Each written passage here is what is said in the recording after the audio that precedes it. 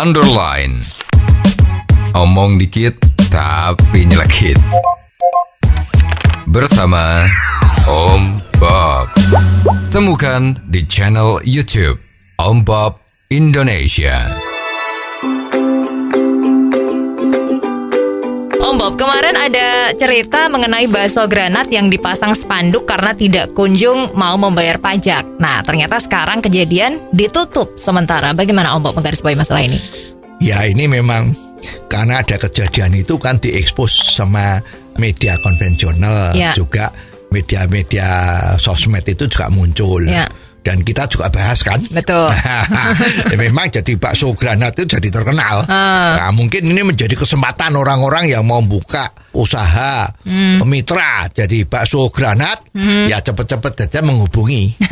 Ya, karena kalau memang sekarang udah dikejar-kejar bayar pajaknya, itu mestinya kan bakso granat itu laris. Ya, laris manis. Ya, lah mestinya teman-teman yang sekarang punya sifat ingin berusaha, ya cepet-cepet deh. Ya, cari itu bakso granat yang ada di Sleman, Jogja ya.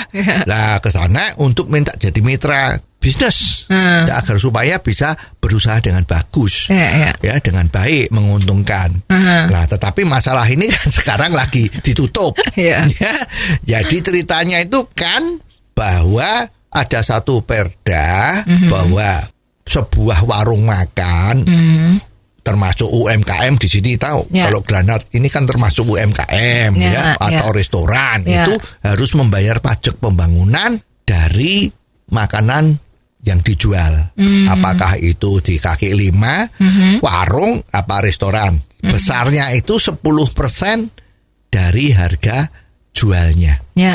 Memang di dalam perda itu bakso granat ini harus menjadi karyawan yang tidak dibayar oleh Pemda. Karyawan yang diminta mengambil pajak kepada orang yang beli baksonya dia. Begitu ya.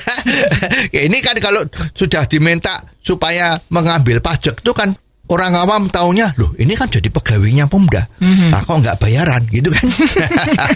Nah ini ya, jadi harus mengambil uang pajak. Orang yang makan bakso granat misalnya harganya 15.000, harus diambil pajaknya 1.500.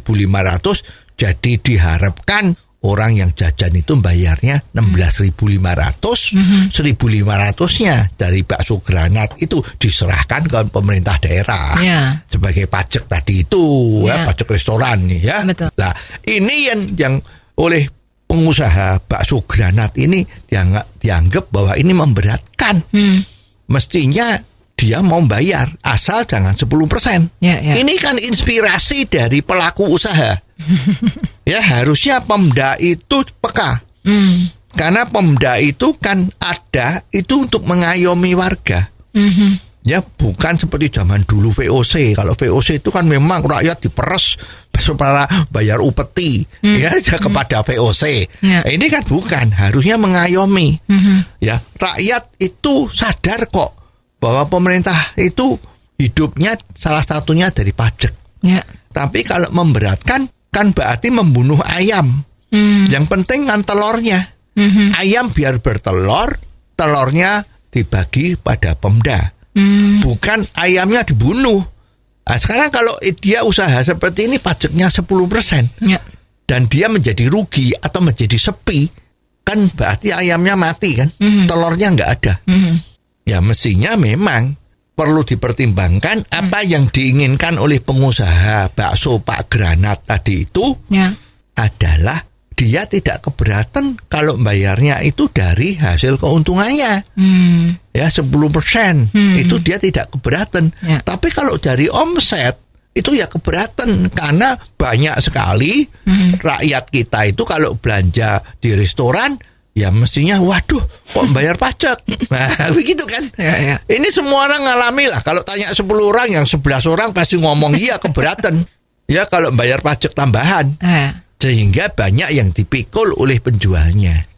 Nah penjualnya kalau dipikul berarti modalnya dia jadi tambah gede. Keuntungannya kurang untuk bayar pegawai, untuk bayar listrik.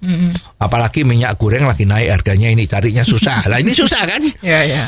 Jadi mestinya aspirasi dari rakyat ini yang dilewat oleh bakso Pak Granat ini harus dipertimbangkan. Ya.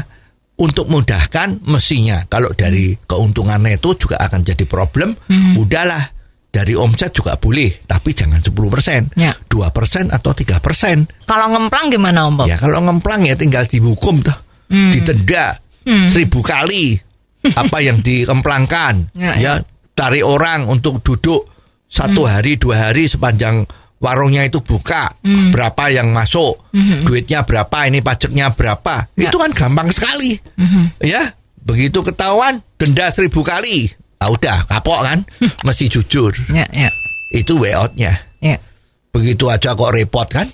Oh, jadi begitu ya Om Bob. Jelas deh sekarang. Terima kasih Om Bob untuk waktunya. Sampai ketemu lagi di waktu yang akan datang. Underline. Omong dikit tapi nyelekit. Bersama Om